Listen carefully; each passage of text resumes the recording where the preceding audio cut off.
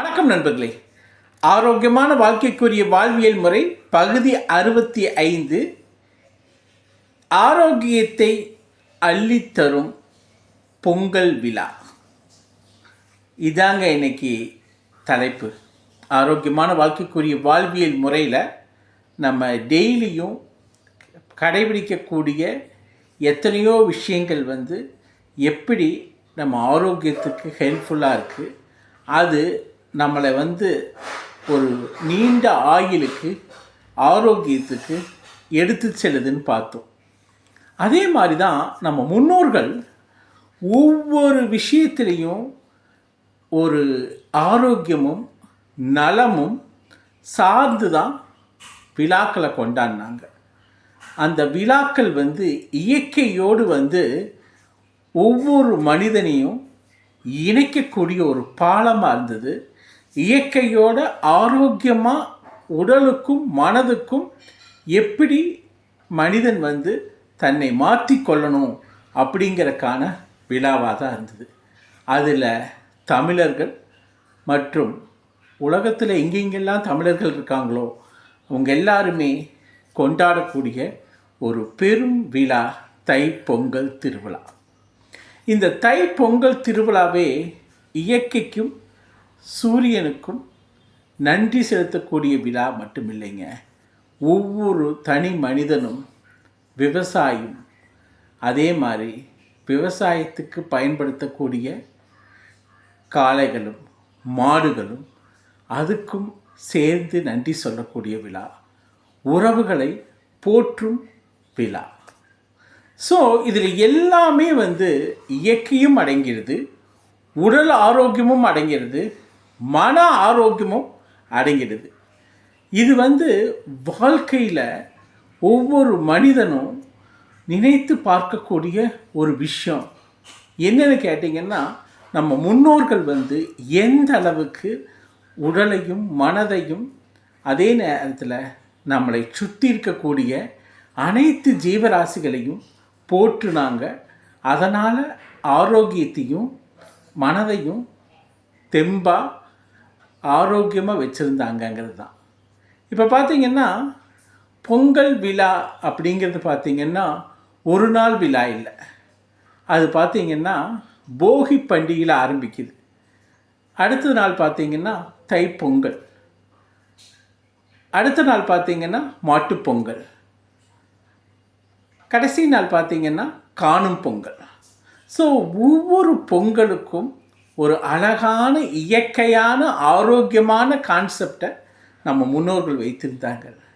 அந்த அழகான இயற்கையான கான்செப்ட் பார்த்திங்கன்னா மனிதன் மட்டும் இல்லை, விலங்குகள் மட்டும் இல்லை, இயற்கையையும் சுற்றுச்சூழலையும் எவ்வளவு தூரம் நேசிக்கணும், அந்த சுற்றுச்சூழலை எவ்வளவு தூரம் பாதுகாக்கணும், அதன் மூலமாக எந்த அளவுக்கு நம்ம ஓவரால் மனித இனம் பாதுகாக்கப்படும், அதே நேரத்தில் எல்லா உயிர்களுக்கும் சரியான நீதி கிடைக்கும். நீங்கள் பார்த்திங்கன்னா மனுநீதி சோழன் எவ்வளவு பெரிய தியாகத்தை பண்ணினான்னு தெரியும். அதே மாதிரி தான் முல்லைக்கு தேர் கொடுத்தது பாரி. ஸோ இது எல்லாமே நம்ம சரித்திரத்தில் படிச்சிருக்கோம். மனுநீதி சோழன் ஆகட்டும், முல்லைக்கு தேர் கொடுத்த பாரி ஆகட்டும், எப்படி இயற்கையையும் அனைத்து ஜீவராசிகளையும் ஒன்றாக நினைத்து அதுக்கும் ஒரு நீதி வழங்கினாங்க. அதுவும் ஒரு இயற்கையும் சுற்றுச்சூழல் சார்ந்த விஷயந்தான். அதே மாதிரி தான் பொங்கல் விழாவும் ஒரு சுற்றுச்சூழலுக்கு முக்கியத்துவம் கொடுக்கக்கூடியது, உடல் நலனுக்கு முக்கியத்துவம் கொடுக்கக்கூடியது, மன நலனுக்கு முக்கியத்துவம் கொடுக்கக்கூடியது. இது எல்லாம் சேர்ந்து தான் ஒரு அழகான இயற்கையான விழாவாக கொண்டாடப்படுகிறது. இது தமிழர்கள் மட்டுமில்லை, உலகத்தில் இருக்கக்கூடிய அனைத்து மனிதர்களும் கொண்டாடலாம். ஏன்னா உலகம் ஒரு குடையின் கீழ் விட்டது. யாதும் ஊரே யாவரும் கேளீர், அதாங்க நம்ம முப்பாட்டன் சொன்னது. ஸோ யாவரும் கேளீர் அப்படின்னா எல்லாரும் சொந்தக்காரங்க தான். ஸோ எல்லாருமே பொங்கல் விழாவை கொண்டாடலாம். இந்த பொங்கல் விழாவில் பார்த்திங்கன்னா போகி பண்டிகை வீட்டை நம்ம இருக்கக்கூடிய இடங்களை எவ்வளவு தூரம் சுத்தமாக வச்சுக்கணும் அப்படிங்கிறதையும், பழைய பொருட்களை எந்த அளவுக்கு சேர்த்தாமல் அதைய எரிச்சிடணும் அல்லது அதைய விலக்கிட்டு புது பொருட்களை சேர்த்தணும். பழையன கழிதலும் புதியவை புகுதலும் இயற்கையின் நிகழ்வே அப்படின்னு சொல்லுவாங்க. அதாவது பழையனத்தை கழிக்கிறது, இதெல்லாம் பார்த்திங்கன்னா ஒரு விதமான கிராமங்களையெல்லாம் ஒரு கொண்டாட்டமாக செய்வாங்க. நம்ம பழைய பொருட்களை சேர்த்தி வீட்டையெல்லாம் க்ளீன் பண்ணாமல் வைக்க அதில் கிருமிகள் தாக்கம் இருக்கும், பூச்சி புழுவுகளுடைய தாக்கம் இருக்கும். அதனால் மனிதனுக்கு வியாதிகள் வரக்கூடிய சான்சஸ் அதிகம். அதனால தான் நம்ம முன்னோர்கள் வருஷத்துக்கு ஒரு தடவை பழையனவற்றையெல்லாம் கழிச்சிட்டு புதிய பாய், புதிய பாத்திரங்கள், மண் பாத்திரங்கள் எல்லாம் வச்சு பயன்படுத்தினாங்க. பட் இன்றைக்கி அது சான்சஸ் இல்லை. ஆனால் அழகாக க்ளீன் பண்ணி அனைத்து இடங்களையும் சுத்தமாக க்ளீன் பண்ணி பழையவற்றை அதைய டிஸ்கார்ட் பண்ணிவிட்டு எவ்வளவு தூரம் நம்ம பழைய பொருட்களை ரிமூவ் பண்ணுறோமோ அந்த அளவுக்கு இந்த பொருட்களை நம்ம சரியான விதத்தில் மேனேஜ் பண்ண முடியும். அதைத்தான் நம்ம வேஸ்ட் மேனேஜ்மெண்ட்டில் 5R அப்படின்னு சொல்லுவாங்க. அதாவது ரீசைக்கிள், ரீயூஸு, ரீபர்பஸ், அப்புறம் இந்த மாதிரி ஒரு 5 விஷயம் சொல்லுவாங்க. அது மாதிரி தான் ஒவ்வொரு மனிதனும் பழைய விஷயங்களாக இருந்தாலும் சரி, பழைய பொருட்களாக இருந்தாலும் சரி, அதை ஒரே இடத்துல தேக்கி கிருமிகளுக்கும் புழுக்களுக்கும் பூச்சிகளுக்கும் இடம் கொடுக்காம கம்ப்ளீட்டாக ரிமூவ் பண்ணிவிட்டு புது பொருட்களை சேர்க்கறது அல்லது அந்த பழைய பொருட்களை டிஸ்கார்ட் பண்ணுறது. இந்த மாதிரி பண்ணும்போது ஒன்று வேஸ்ட் மேனேஜ்மெண்ட் பண்ணுறோம், இன்னொன்று இயற்கையை நம்ம சரியான விதத்தில் பயன்படுத்துகிறோம். அப்புறம் நம்ம கிருமிகள் தாக்கத்தை குறைக்கிறோம். வீடு சுத்தமாகுது. டிஸ்இன்ஃபெக்டன்ட் சொல்லக்கூடிய சுண்ணாம்பு அடிப்பாங்க அந்த காலத்தில், இப்போ பெயிண்டிங். ஸோ இது வீட்டுக்கும் பயனளிக்குது, ஒவ்வொரு தனி மனிதனுக்கும் அது பயன் தருது. அதே மாதிரி தான் பொங்கல் விழா சூரியனுக்கும் இயற்கைக்கும் நன்றி சொல்லக்கூடிய விழா. இந்த உலகத்தில் எத்தனையோ விஷயம் இருந்தாலும் சூரியனுக்கு மாற்று கிடையாது. உலகத்துக்கே உயிர் நாடி உயிர் சக்தி அது சூரியன் தாங்க. சூரியன் இல்லைன்னா இந்த உலகத்தில் எதுவுமே இல்லை. இன்றைக்கி ஒவ்வொரு விஷயத்துலேயும் ரிசர்ச்சில் இயற்கையோடு இயந்த வாழ்க்கை தான் ஆரோக்கியமான வாழ்க்கைன்னு சொல்கிறாங்க. சூரியனில், அதாவது ஒவ்வொரு மனிதனும் டைரக்ட் சன்லைட்டில் ஒரு நாளைக்கு ஒரு ஆஃப் அன் ஹவர்னாச்சும் இருக்கணும்னு சொல்கிறாங்க.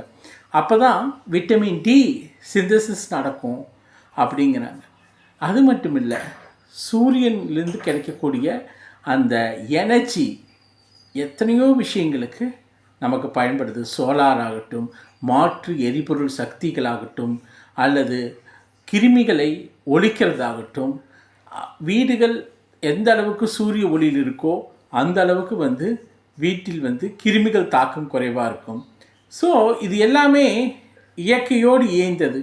ஒவ்வொரு பூச்சி புழு எதாக இருந்தாலும் அது சூரியனுடைய தாக்கம் இல்லாமல் இருக்காது. ஸோ அதனால் பொங்கலில் சூரிய கடவுளுக்கு நன்றி சொல்கிறது மட்டும் இல்லாமல் ஓவரால் இயற்கையை பாராட்டுவது, இயற்கையை போற்றுவது, இயற்கையோடு இயைந்த வாழ்க்கையை வாழ்கிறத சொல்கிறது தானுங்க அந்த பொங்கல் விழா.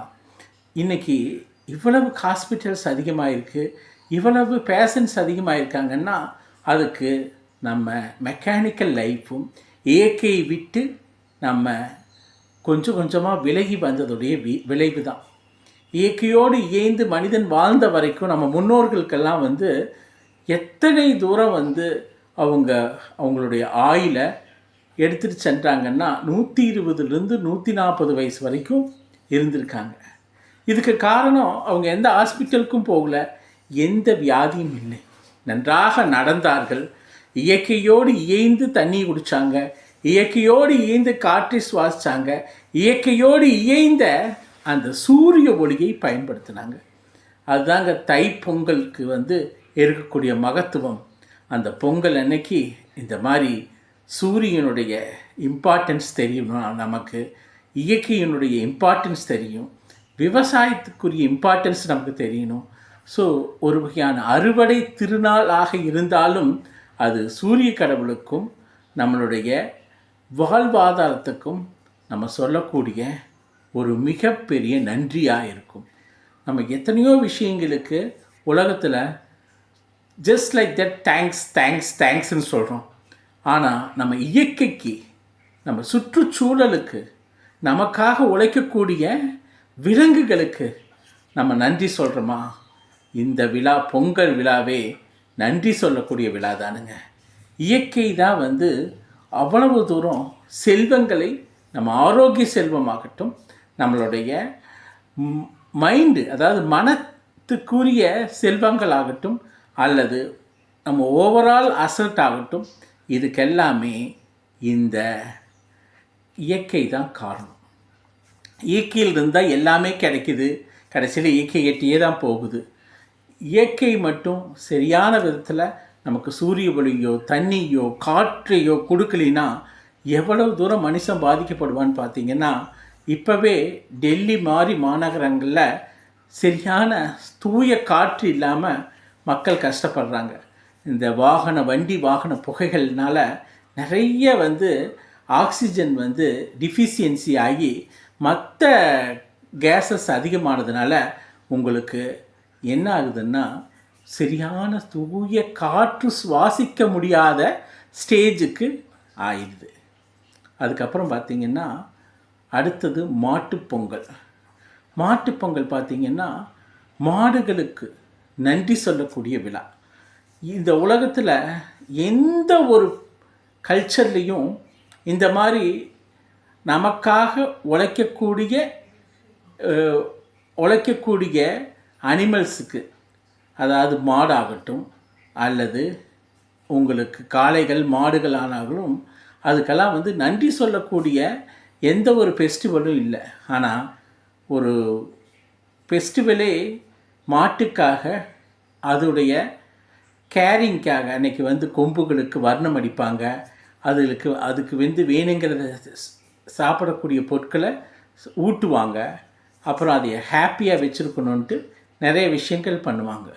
இது ஒரு விதமான இயற்கையாக சேர்ந்த சுற்றுச்சூழல் விழான்னு கூட சொல்லலாம். அப்புறம் பார்த்திங்கன்னா காணும் பொங்கல். இந்த 2 பொங்கலும் எவ்வளவு தூரம் இயற்கை நமக்கு நம்மளுடைய உடலை எந்த அளவுக்கு ஆரோக்கியமாக கொண்டு செல்லுதோ அதே மாதிரி தான் காணும் பொங்கல் மனசை ஆரோக்கியமாக வச்சுருக்கும். என்ன தான் மொபைலு, கேஜெட்ஸு, லேப்டாப்ஸுன்னு உட்காந்துருந்தாலும் எப்பெல்லாம் மனிதன் மனம் விட்டு இன்னொரு மனிதனிடம் பேசுகிறானோ அப்போ தான் மனசு லேசாகும். அந்த மனசு லேசாகத்தான் உங்களுக்கு எவ்வளவு பெரிய ஸ்ட்ரெஸ், எவ்வளவு டென்ஷன், ப்ரெஷர், ஆங்ஸைட்டி, ஃபியர் இதெல்லாம் டவுன் ஆகும். அதை தான் அந்த காலத்தில் நம் முன்னோர்கள் திண்ணைகள் கட்டியிருந்தாங்க. திண்ணைகள் உட்காந்து சந்தோஷமாக பேசுவாங்க. சந்தோஷமாக பேசும்போது அவங்க மனசு பழச நினைக்கிறதில்ல, அல்லது அந்த டென்ஷன், ப்ரெஷர், ஆங்ஸைட்டி அதெல்லாம் மறந்து சந்தோஷமாக ஹேப்பியாக எல்லா பிரச்சனையையும் விட்டு அவங்க இருக்காங்க. நமக்குன்னு ஒரு கூட்டம் இருக்குது, 4 பேர்த்துக்கிட்ட நம்ம கவலைகளை பகிர்ந்துக்கலாம், நம்ம சந்தோஷத்தை பகிர்ந்துக்கலாம் அப்படின்னு நினைக்கும் போது தான் அந்த மனசு லேசாகுது. அந்த மனசு லேசாகிறதுக்குரிய விழா தான் காணும் பொங்கல். ஸோ இது எல்லாமே சேர்க்கும்போது தான் உங்களுக்கு ஆரோக்கியமான வாழ்க்கைக்குரிய வாழ்வியல் முறையாக இந்த பொங்கல் விழாவை நம்ம கொண்டாடணும். அது மட்டும் இல்லாமல் பொங்கல் விழா அந்த டைமில் மட்டும் இல்லாமல் நம்ம வருஷம் பூராவும் நம்மளுடைய வீட்டை தூய்மையாகவும் சுற்றுப்புறத்தை தூய்மையாகவும் பழைய பொருட்களை கழிப்பதிலும் நம்ம கவனம் செலுத்தணும். அதே மாதிரி விலங்குகளுக்கு, நமக்காக உழைக்கக்கூடிய விலங்குகளுக்கு நன்றி செலுத்தணும். இயற்கையை நேசிக்கணும். சூரியனுக்கும் காற்றுக்கும் அதே நேரத்தில் நம்மளை சுற்றி இருக்கக்கூடிய அனைத்து சுற்றுப்புறத்துக்கும் மரியாதை செலுத்தி நன்றி செலுத்தணும். அப்புறம் நம்ம எந்த அளவுக்கு ஃப்ரெண்ட்ஸ், ரிலேட்டிவ்ஸ் கூட கெட் டுகெதர், ஒரு விதமான ஒரு பிணைப்பு, ஒரு விதமான ஷேரிங், அது ஒரு விதமான மிங்கிலிங், நம்ம கஷ்டங்களை பிரச்சனைகளை ஷேர் பண்ணிக்கிறது, சந்தோஷமாக சேட் பண்ணுறது, டூர் பண்ணுறது. ஸோ இந்த மாதிரி விஷயங்களில் மனசு லேசாக்கும். இது எல்லாமே இந்த பொங்கல் விழா நமக்கு தரும் பாடம் என்னென்னா, இது வருஷம் பூரா வச்சுக்கலாம், ஆனால் அட்லீஸ்ட்டு வருஷம் பூரா முடியலினாலும் இந்த பொங்கல் விழாவை முழுமையாக சந்தோஷமாக கொண்டாட வேண்டும். அப்படி கொண்டாடும் போது நம்ம உடலும் மனமும் ஆரோக்கியம் அடையும். இது நம்ம ஆரோக்கியமான வாழ்க்கைக்குரிய வாழ்வியல் முறையாகவே நமக்கு மாறும். அப்படி வாழ்வியல் முறையாக மாறும்போது இந்த மாதிரி நம்ம கொண்டாட இந்த ஆரோக்கியம் நமக்கு 90, 100, 120 வயசு வரைக்கும் கொண்டு செலுத்தும். நான் 120ன்னு சொல்கிறது சம்டைம்ஸ் சில பேர் கேட்கலாம் 120ன்னு. ஆனால் 120ங்கிறது பாசிபிள். இப்போ ரீசண்டாக ஒரு நியூஸு, சவுதி அரேபியாவில் 143 வயசான ஒரு வயதான, உலகத்திலேயே வயதான ஒரு முதியவர் இறந்துட்டான்னு சொல்லி ஒரு நியூஸ் 2 நாளைக்கு முன்னாடி. இது என்னென்னா, இயற்கையோடு இயைந்து வாழும்போது இந்த 140 கூட பாசிபிள் அப்படிங்கிறத காமிக்குது. இதுதாங்க ஆரோக்கியமான வாழ்க்கைக்குரிய வாழ்வியல் முறையாக நம்ம ஒவ்வொரு ஸ்டேஜ்லையும் எடுத்துக்கிட்டால் இந்த 140 கூட பாசிபிள் தான்னு அவருடைய ரிப்போர்ட் சொல்லுது. அதனால் நம்ம ஆரோக்கியமான வாழ்க்கைக்குரிய வாழ்வியல் முறையாக இந்த பொங்கல் விழா சொல்லக்கூடிய சுற்றுப்புற தூய்மை, வீட்டு தூய்மை, அதே மாதிரி இயற்கைக்கு நன்றி சொல்கிறது, காற்றுக்கும் சூரியனுக்கும் தண்ணீருக்கும் நன்றி சொல்கிறது, அதை காக்கிறது. அதே மாதிரி நம்ம சுற்றங்களையும் நண்பர்களையும் காணுதல், போற்றுதல், மனசைகள் சாக்கும். இது எல்லாம் நம் காலத்துக்கும் கொண்டு சென்றால் ஆரோக்கியமான வாழ்க்கைக்குரிய வாழ்வியல் முறை 100, 120 வரைக்கும், ஏன் 140 வரைக்கும். இத்துடன் ஆரோக்கியமான வாழ்க்கைக்குரிய வாழ்வியல் முறை பகுதி 65 முடிந்தது. ஆரோக்கியமான வாழ்க்கைக்குரிய வாழ்வியல் முறை 66 சந்திப்போம். இந்த கருத்துக்கள் எல்லாம் உங்களுக்கு பிடித்திருந்தால் லைக் பண்ணுங்கள், ஷேர் பண்ணுங்கள், சப்ஸ்கிரைப் பண்ணுங்கள். இந்த கருத்துக்களை எல்லாம் ஷேர் பண்ணும்போது நிறைய விஷயங்கள் நிறைய பேர்த்துக்கு இன்னும் தெளிவு கிடைக்கும். உங்களுடைய சப்போர்ட்டுக்கு மிகுந்த நன்றி. அனைவருக்கும் பொங்கல் திருநாள் வாழ்த்துக்கள். நன்றி, வணக்கம்.